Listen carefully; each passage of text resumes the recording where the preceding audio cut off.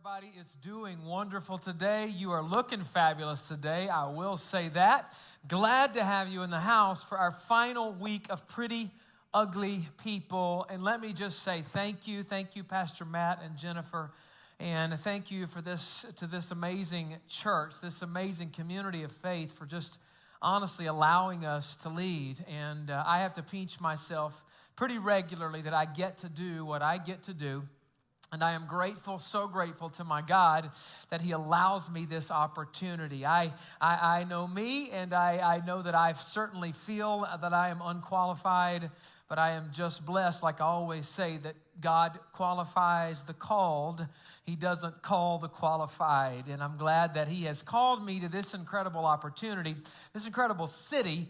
I love my city, but man, I really, really love North Rock Church and what we are doing together in this city. And we are making a difference. Good to see all of you, 11:30. You look fabulous. I will tell you, if you want a service with more room in it, then you can always come Saturday night at 5 p.m., There is room on Saturday at 5. So, and the same Jesus is in the building on Saturday at 5 as is in the building on Sunday at 11:30.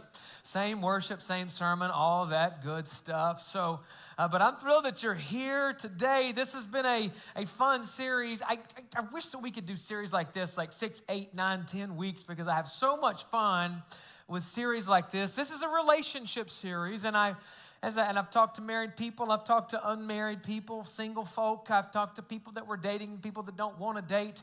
And today we're gonna kind of follow along the line that I started last week.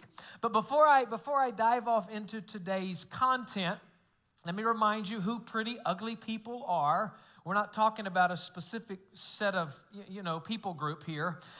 This is actually all of us. You are pretty and you are ugly. And I have pretty and I have ugly in me. We all have that tension inside of us. And I was thinking this week, because last week I talked about how we love to post our highlights on social media, the pretty stuff. But nobody sees what was going on right before that picture was taken, or what was going on right after that picture was taken. Nobody also knows what the 100 other pictures that you took in order to find the one that you could post. You know what I'm saying? Oh, some of y'all know what I'm saying, especially you 15, 16, 17-year-olds. You take 100 pics and you find one that you can post. But I just wanted to kind of show y'all a few different, options, a few different things that has happened in our family where we posted and we shared about some amazing things, but I want to also tell you what was going on behind the scenes. Behind the scenes. Here's a picture of Alicia and I. Well, we're not in this picture, but we were together in this. We were in Italy last October. And we saw a lot of different areas in Italy, but this just happens to be a day that we were in a little town in Tuscany called Siena, a beautiful little town, just this quaint, ancient town that just causes you to kind of want to go there and never, ever, ever leave. This beautiful town. It was this beautiful, serene day. And here's a picture of Alicia standing there. It was a bit overcast because it had been raining that morning, so I don't have good lighting there in my picture. But this is Siena, the town square in Siena, and I'm pretty sure I posted this picture on social media, but I'm going to show you behind the scenes here in just a moment. And this is like the real famous place in town where they have a horse race once a year. And if you ever follow any Instagram pages that are, Italy photography or anything like that, you're going to see this picture. Different people post this pic in this location because this is kind of where you want to take the pic. But before this happened earlier that morning, which was honestly only about 15 minutes before that, we finally got to Siena. We only had to drive about 15 minutes, but the problem is we had to drive. And I don't ever encourage anybody to try to drive in Italy. I shall never, ever drive in that country ever again. I like to be stress-free on my vacations, and it was not a stress-free thing whenever you're behind the wheel of a car in that country, and because there's places you're not supposed to drive, or if you just get on that street, you get a ticket, and you're trying to avoid that, and everything is in Italian, and guess what? I don't read Italian, and so it was just the most stressful thing to try to find a parking spot. We finally found a parking spot, and it was drizzling rain, and I don't remember really what happened. happened, but it was stressful, and I probably said something rude, something sarcastic. As I said last week, I probably didn't pray the sarcastic devil out enough that morning, and something sarcastic probably popped out of I'm not even sure what it was over. I think it had something to do with an umbrella, but we had just got out of the car, and we were walking into the city, and it was just, wow, amazing, and I wanted to take a picture of Alicia, so I made her stop and turn around and take a picture. And let me just show you a little more close-up of that pic. That's the face. That's the face of someone who is not happy with this guy. Not happy at all. I don't even remember what it was. But see, it was literally like moments later that we got the other picture that we actually posted on Instagram. We posted the pretty, we didn't post the ugly. And not that she's ugly, I think she's still beautiful here, but this expression you hear, like it wasn't an accident. You know, sometimes you take the pictures, oh, that was an accident. No, she was doing this on purpose. She was doing that on purpose. But we made up. We had a great day in Siena. We did. It was a great day. And the rest of the trip. Anyway, this is a shot of my family and I. When we went to the Little League World Series in Williamsport, Pennsylvania, my youngest son was playing. Both of my boys were able to play in the Little League World Series, which is crazy. It's like lightning striking twice. But it's crazy how that went down. But my younger son was there this year, and when you're there, you don't get to see your kids very much. A lot of times you only get to see your kids like after the game, and so you're so happy you want to go see your kids. But how many of you know after a game, it's either going to be joyous or it's going to be like sad? Well, this one was sad. And while we posted all the great pictures of what was going on at the Little League World Series, I mean, if you could zoom in close here, which you really can't, but those eyes are a little bit teary because they had lost that game that night, and it was late, and it was a rough deal. We love to post the pretty, but there's usually a lot of ugly behind the scenes. Let me share one more with you. This is my youngest son when he was 4 years old. This is Britton right here. He was just on the stage a second ago. When he was 4 years old, he had a 4-year-old birthday party, and Britt was going through a cowboy phase. He went through various and sundry phases while he was growing up. And this was a bull rider phase. Really, he wanted to be a bull rider. So it wasn't just a cowboy. He wanted to ride bulls. And so we had a cowboy-themed birthday party, and we brought in a singing cowboy. How cool is that? We brought in a singing cowboy who's going to sing to the kids, and you can tell that they're just really eating it up. You know, I mean, just look at the expression on their faces. They're like, what is he saying? Why is he dressed this way? But the singing cowboy. Later in the party, he got down and he showed him how to hold a gun, and I'm sure that Britt is asking a question to him right there. But what we realized pretty quickly after the singing cowboy arrived at Britt's 4-year-old birthday party at 2:00 in the afternoon on a Saturday is that he went ahead and had a few that morning before he came to the party. He went and had a few. You know what I'm saying? I mean, he was just thinking, I don't know if I can get through this party without having a few. And so he did. He had a few. And so the entertainment wasn't quite what it probably could have been. It was a little different maybe than we were wanting. And Britt was probably thinking right there, what am I smelling? What is that odor? That specific odor that I'm smelling right there. The end of the day, I mean, this is a sweet little serene situation, but you don't always know what's going on behind the scenes, and our relationships are all like that. Our marriages are all like that, right? You don't always get what you think you're going to get. I'm just ordering, a singing cowboy. I didn't know I was going to be ordering an intoxicated singing cowboy. I want his singing to be intoxicating. That's the only intoxication I want at my 4-year-old's birthday party. We were still living in Austin at that time, so I'm sure this guy doesn't do singing birthday parties down here. But we all have this pretty ugly. We are all, as Paul said, God's masterpiece. Like we all are. We have intrinsic beauty. But Paul also said in Romans, nothing good lives in me, in my sinful nature. So we all have that wrestling match that goes on. And 2 weeks ago at the beginning of the series, I talked about how our friendships and how our friendships are not static, they are spiritual. They're either building you or they are breaking you, and that we need to understand that and see our friendships as such. Like every friendship, every relationship is either building you and taking you where you need to go or pulling you away from where you need to go. They are spiritual. Relationships are spiritual. So we talked about having holy friendships. Holy friendships that are set aside for divine use, because that's what the word holy means.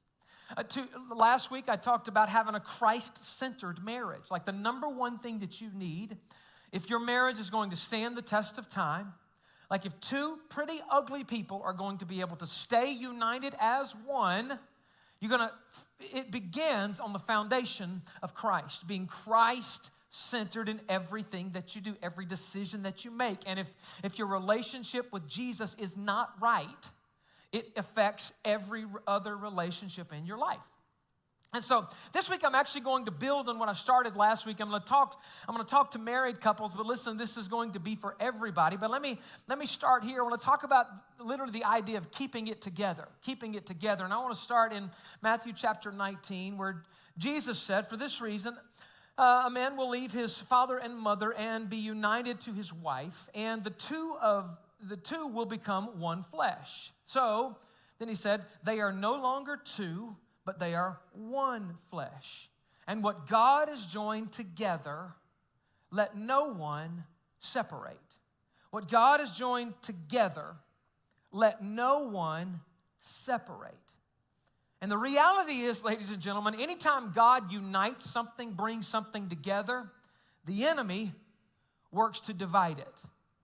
And sometimes I think that Satan is working harder to divide our homes than we are to keep them together. I think that the enemy is working harder to break up our marriages than we are at keeping them together. So today I want to look at a few practical tools, some things that we can apply in our life. I'm going to give you some practical things, and then I want to give you three more things that are a little more introspective, will cause you to dig a little bit deeper in your own life. And just kind of look at yourself that I believe will help you as well. But let's begin with just some practical tools. If we're going to keep our marriage together, if we're going to keep it together, three quick things that you need to consider. If you're taking notes, write this down. We need to work to respond to each other rather than react to each other. Man, and if there's one of the points that I desperately need, this is the one. Because I am a reactor. I tend to react. Like I'll react right now, and oftentimes I will be completely misreading the situation. Completely misreading what Alicia's saying, what my kids are saying, what a staff member's saying, what somebody driving down the road is saying. Like just the other day, I was driving to Fredericksburg, Texas, and I was just driving in the slow lane, guys. I was not in a hurry. How many of you know it's good to just get in the slow lane sometimes and just slow down? Like, because generally I'm like rushing to and fro. My mother-in-law's been with us for a few days, and she told us last night, you rush everywhere. Your life. And I'm like, yeah, it's just kind of how it is. But on this day, I wasn't. I was just chilling, driving down. I wasn't in a hurry. Wasn't trying to get to Fredericksburg quickly. I was by myself out on I-10, middle of the day, nobody around. And suddenly I look up in my rearview mirror, and there's a car just flying up behind me. And I'm thinking, well, they're going to go around me. There ain't nobody out here. Just flying up behind me, and I look in the rearview mirror. They're getting closer and closer and closer. And finally, they don't go around me. They literally just get right up behind me. And by this time, of course, I've gone from this relaxed, carefree vibe to now I'm just tense and I'm a little bit irritated. You know what I'm saying? You know how when you're at a red light, and the car in front of you, the light turns green, but they're looking at their phone. I mean, you don't know that they're looking at their phone, but you know that they're looking at their phone. I mean, that's what they're doing. And it turns green, and they just don't go. And I don't know about you, but I'm not the personality that just sits there and says, well, I'm whatever they need to see. I'm sure they need to read it. That's not me. I'm like, tap, tap, just a little, it's going to help you out there. It's green. And if you're ever behind me at a light and I happen to be scrolling Instagram, you're welcome to, give me a little beep as well. And I'll be like, thank you, we're good to go, thank you. But in this case, it wasn't a beep beep. It was more of a tap tap on the brakes. When somebody comes up behind you, tap tap on the brakes. I'm sure y'all have never done that before. Okay, a little close. So I tap, no, nothing changed. Tapped again, and the second time, it was a little longer tap, and what I was basically saying was, you're about to eat the rest of my car if you don't get off my tail pretty quickly here. And so finally what I decided to do was just start slowing down. Like, I'm just going to start slowing down. I just basically take my foot off the accelerator. Slow. Are we just going to stop on the highway? What's going to go down here? And finally they make the decision to go around me. And by now I'm like, who is this? Like, who is this person? What is wrong with an individual like this? And I can't wait for them to get up beside me. I'm just looking, waiting. And sure enough, it's this little old lady, about this close to the steering wheel. She's just sitting there, barely looking over the steering wheel, oblivious to me, not thinking anything about me, certainly not trying to ruin my day. She's oblivious to most things, I'm afraid. But she was certainly oblivious to me. But I reacted because I completely and totally misread the situation.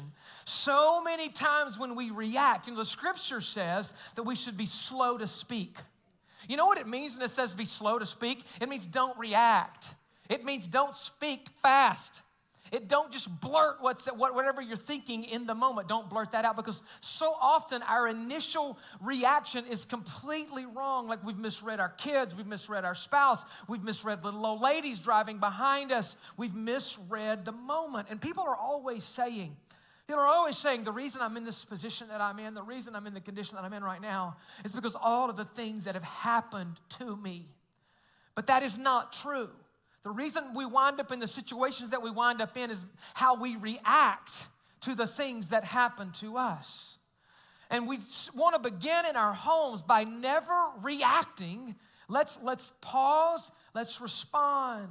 1 Peter chapter 2, Peter writes, when they hurled their insults at him, talking about Jesus on the cross, he did not retaliate. He didn't suffer. When he suffered, he made no threats. Even though he was suffering, he didn't return with threats. Instead, he entrusted himself to the one who judges justly.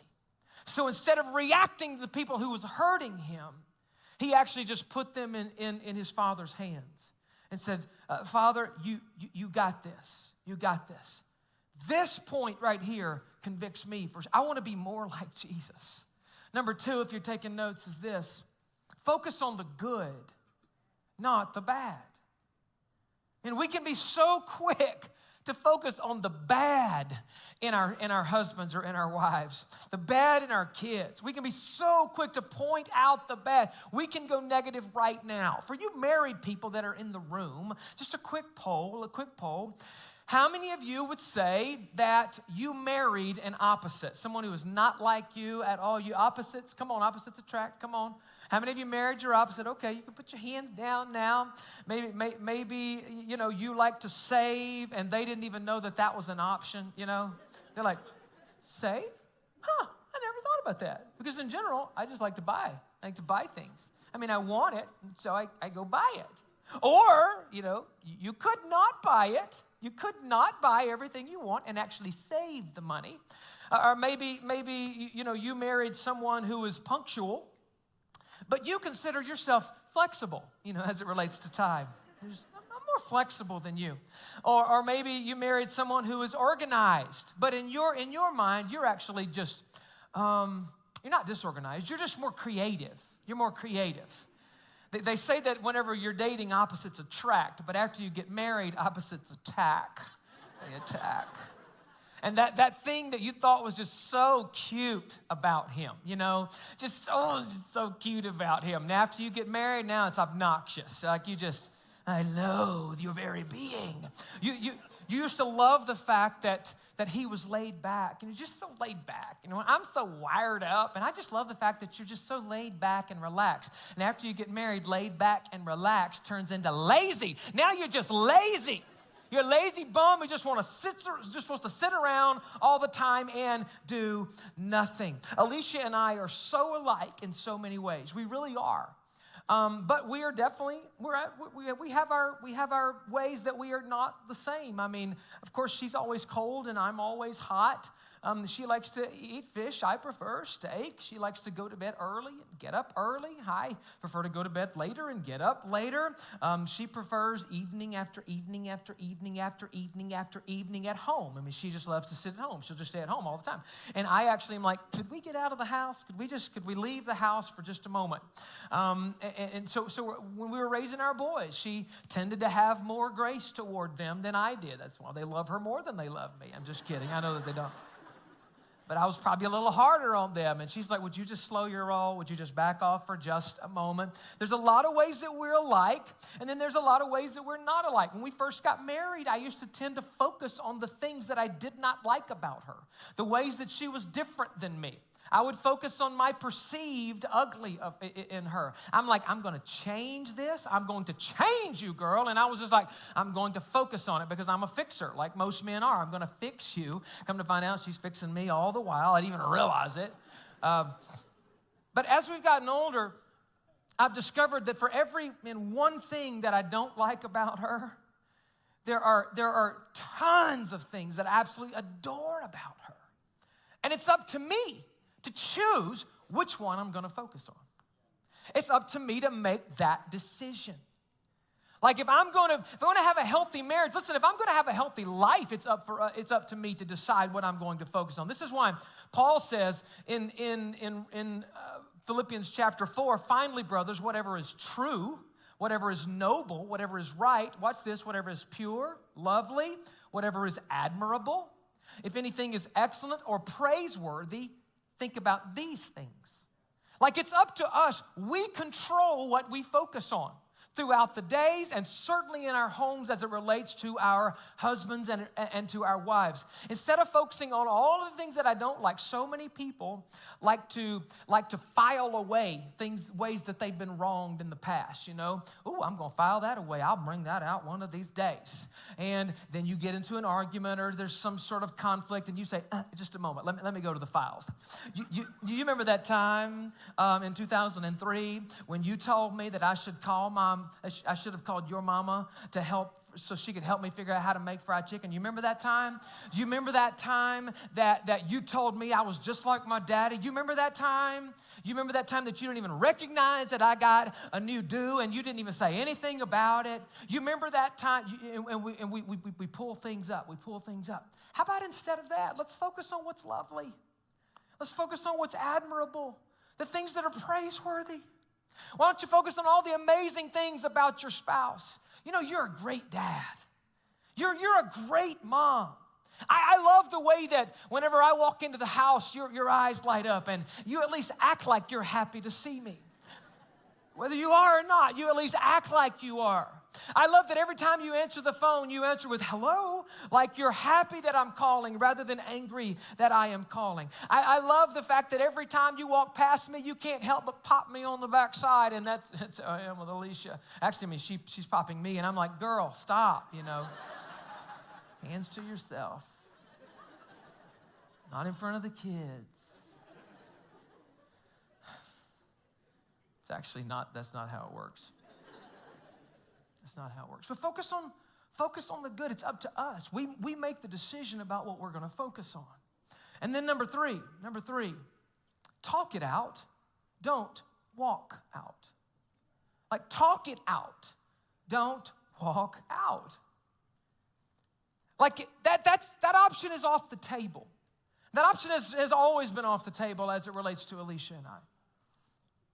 And so we know because no one's going to walk out. I mean, nobody's leaving anybody. And I've told her if she ever leaves me, she's going to have to pack a bag for me because I'm going with her. We've talked about this before. But no one's walking out, and so consequently, since no one is going to walk out, it leads us to go ahead and talk it out.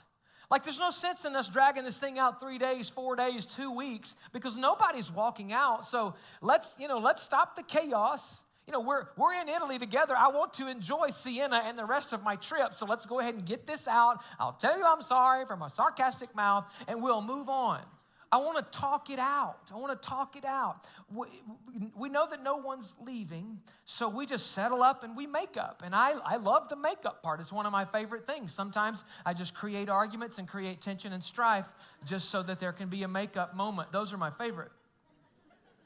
Those are my favorite. But a lot of people allow offenses to just hang around and hang around. A lot of marriages, you allow things to just kind of fester under the surface for days, turns into weeks.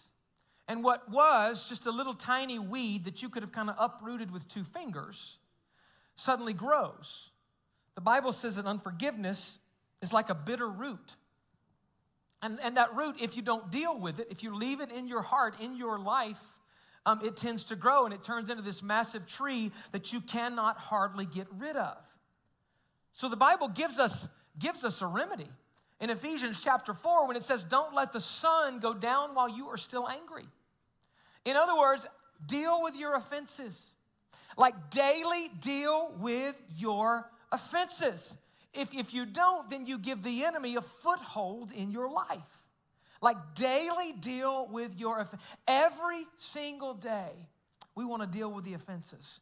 We don't want to give the enemy a foothold because we won't talk it out. Great relationships, great marriages talk. They don't walk, they talk. Now, that's kind of some practical stuff that I wanted to share with you today. But as I close this series, I wanted to cover something that's probably a little bit deeper, because I understand completely that there are people who have been hurt and who have been really wronged, who have been have offenses in their life where they have been harmed. And I want to talk to you a little bit about unforgiveness. I want you to kind of just take a deep breath, and I want you to start to look introspectively. I want to share a passage with you from Ecclesiastes chapter 3 in the Old Testament. It's a unique passage, and it says in verse 1 through verse 5, and I won't dare read the whole thing because it's a lot, but Solomon says there's a time for everything and a season for every activity under the heavens. And then he starts listing the different things that there's a time for. He says in verse 2, there's a time to be born and a time to die. And he lists different things all the way down through verse 5. But down in verse 5, he says something that's a little bit strange. He says, there is a time to scatter stones and a time to gather them. Now, when we see this, we don't really have a context for what he even means by that. In fact, it seems out of place. What does this even mean? Scattering stones versus gathering them. But in this ancient culture, they knew exactly what he meant. Because stones were used to inflict pain. They were actually used to inflict harm, revenge, to take vengeance upon someone who had wronged you. If they had wronged you, if they had been caught in a wrong, if they had been caught in a crime, oftentimes rocks were used literally to execute them.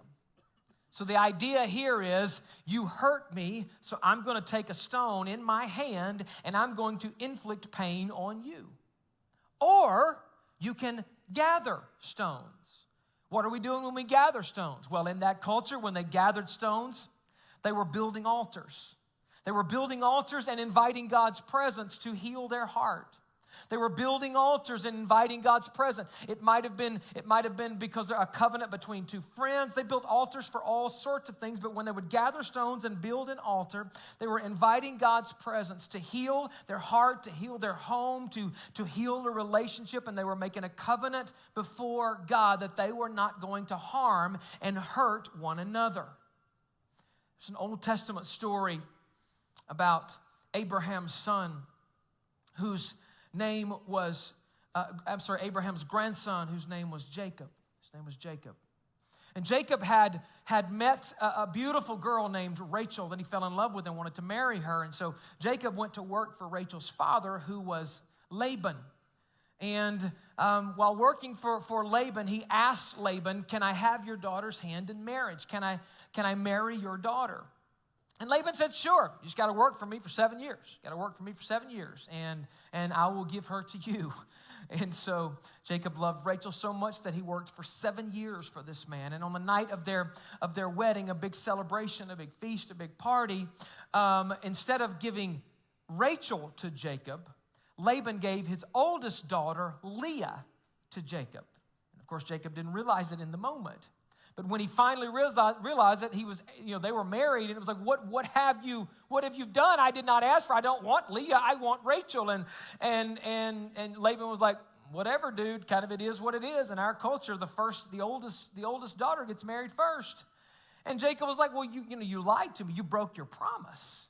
You broke your promise. So what do I have to do to get Rachel? And he said, well, I'll give you Rachel, but you're going to have to work for me for 7 more years. So he tricked him into working for him for 14 years. And he gave him Rachel, but he worked for him for ultimately wound up being 20 years. 20 years. And over that 20 years, there were 10 different times that Laban made promises to Jacob that he didn't follow through with. Promises that he was going to pay him a certain thing or give him this. And he changed his mind. He changed kind of the promise. And he didn't follow through. He didn't follow through. So Jacob got pretty frustrated. And Jacob decided, I got to get away from this man. I got to get away from him. So he essentially packs his family, Rachel and Leah and all the grandkids and all of his livestock. And in the night, they exit, like they gone. They get out of Dodge. Laban discovers a couple of days later that his daughters are gone, that all of his grandkids are gone, and he's angry at Jacob for taking his family away from him without giving him a chance to say goodbye and blessing them and all that stuff. And so he pursues after Jacob, and on the night before he's going to confront Jacob, an angel appears to Laban. And I'm paraphrasing here, but essentially the angel says, don't do to Jacob what you are planning to do to him. There is a better way. What he's saying is, don't throw stones. Don't cast stones at him. Instead, why don't you gather stones? Why don't you invite God into this family and invite God's healing presence and healing power into this family, into this home? And so the next day they have this moment, this kind of covenant stone gathering moment in Genesis chapter 31, where they say, come now, let's make a covenant, you and I, and let it serve as a witness between us. So watch what Jacob does. He gathers stones. So Jacob took a stone and set it up as a pillar, and he said to his relatives, gather some stones. So they took the stones and they piled them in a heap, and they ate there by the heap. So instead of casting stones at each other, and I'll be honest with you, if anybody had a right to throw stones at somebody, it was Jacob at his father-in-law. But as far as Laban was concerned, he had rights to throw stones at Jacob. But neither one of them decided to go that route. They decided, instead of casting stones, to gather stones and invite God's presence to heal that home. To heal that home. Both had been wronged, right? Jacob had some major promises broken. But instead of taking vengeance and getting revenge, he said, all right, I'm actually going to just ask God to come and heal. Heal me and heal this relationship. And I want to challenge you today. There may be some people in the building or watching online that, just like Laban, God might be wanting you to hear today, don't do what you're wanting to do. What your gut instinct is telling you to do, to inflict pain on the person who hurt you, don't do it. Don't do it. There's a better way. Gather stones instead of casting stones. Let me give you 3 quick things before we go. 3 quick ways that you can gather instead of inflicting pain. And it starts right here. Again, we're going to look introspectively. It starts right here. Acknowledge your own mistake. Acknowledge that you got issues too, that you've made mistakes as well, that there are stones that could be thrown at you as well. Every time I think about focusing on the perceived ugly in Alicia, I remind myself she's married to a pretty, ugly dude herself. And it's only by God's grace that I'm where I am today. Because Romans chapter 3 says that all have sinned and fall short of the glory of God. We have all sinned. And the moment that you acknowledge this is the moment that you can begin to heal. The moment that your marriage can begin to heal. Secondly, you need to abandon your right to get even. But I have a right to get even. I'm not saying you don't. I'm telling you to abandon that right. But that doesn't even make sense. We live in a culture, man, that wants to get even, right? We're so greedy to get even nowadays. Like, you wronged me and you owe me. Right? What you did to me is not fair. And I'm not saying it was fair. I'm just saying that things are going to happen that are unfair. People are going to wrong you and hurt you in ways that you did not deserve. But as we talked about a few weeks ago, there's something else that's unfair in this life. And that is the fact that our Savior, our Lord Jesus Christ, gives us favor and grace that we do not deserve. Like, it's unfair grace. Like, if I got what was fair, I would have to pay for my sins. I would have to go to a cross. But he did that for me. I don't deserve it, but that's what he did. He's given me undeserved favor. I don't want what's fair, or else I wouldn't be standing here. And so I want to take that undeserved favor that God has given me, and I want to abandon my right to get even, and then I want to, number 3, apply God's grace to others. I want to take that grace that I've received, and I want to give that grace away. Beginning with my spouse.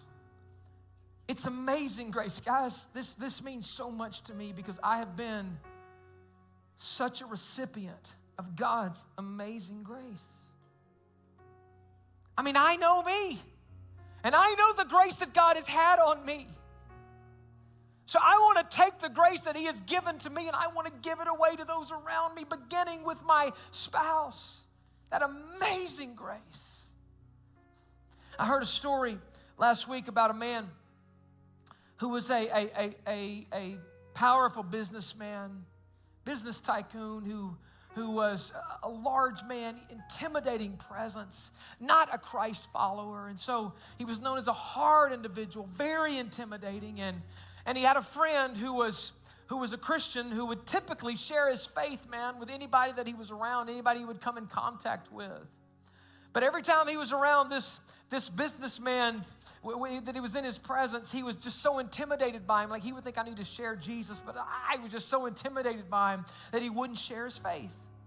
Well, at some point, somebody did share Jesus with this businessman, and he became a Christ follower, and his life was radically changed and radically transformed. And he was sitting with his original friend one day, and he said, listen, I don't know why you didn't share Jesus with me earlier. I forgive you. I forgive you that you did not. This is a true story. He said, but there's one thing that I wish you would have told me. I wish you would have told me how amazing it feels not to walk around with unforgiveness in my heart. I wish you would have told me how free it is, how free it feels, how much freedom I would have if I would forgive and get that unforgiveness and bitterness out of me, that desire to take revenge on the people who have hurt me. That you just tend to lie awake at night and you think about it. You wake up in the middle of the night at 3 o'clock and suddenly they're on your mind and you're thinking about, ooh, I oughta, and you're thinking about what you should do. I feel like just making a social media post right now about them. Shooting them a text, shooting them an email. Or maybe it's closer to home and someone in your home has wronged you. They've made a mistake, and their ugly has shown. And you're trying to figure out how am I going to do here? This man said, I wish you would have told me how free it is when I just release it. He said, I'm shocked. I'm surprised and I'm shocked by grace given to me, by grace received, and then grace given away. I want to tell somebody today, there's nothing like grace received, and there's nothing like giving grace away. There's nothing like giving grace away. And some of you today might need to receive God's grace. Like, you need to forgive yourself. You need to allow him to forgive you, to receive it. And then others today, you might need to forgive. You're not letting someone off the hook because you forgive them. You're just putting them in God's hands. Unforgiveness does not destroy. that person that you're hating, that you're not forgiving, it destroys you. It keeps you bound. It keeps you in chains. So when you choose to forgive, it sets you free. If you don't mind, close your eyes. Let me pray for you. Let me pray for you. Nobody's looking around. I want to pray for you. Let me ask you to do this. While you sit there with your eyes closed, if you just kind of hold your hands out straight with your palms up. Hands out, palms up. And I'm just going to pray a prayer. And as I pray this prayer, your palms being open, hands open, it's going to kind of symbolize you surrendering, you releasing whatever it is that person has done to you, however they have wronged you. Lord Jesus, thank you for your word. Thank you, God, for sharing your grace with us. Lord, I don't deserve it. I know, I of all people know that I don't deserve your grace, but I am so grateful for your grace. Now, God, as I have been given grace, I want to give it away. Just like you've freely given it to me, I want to give it away. I want to forgive, Lord, in Jesus' name. I'm forgiving. I know that you will deal with these individuals and they have to get right with you, God, but I am not going to harbor bitterness, anger, and the spirit of revenge toward them. I'm going to release it. I'm going to abandon my right to get even, and I'm going to apply the same grace you've given to me to them. In Jesus' name.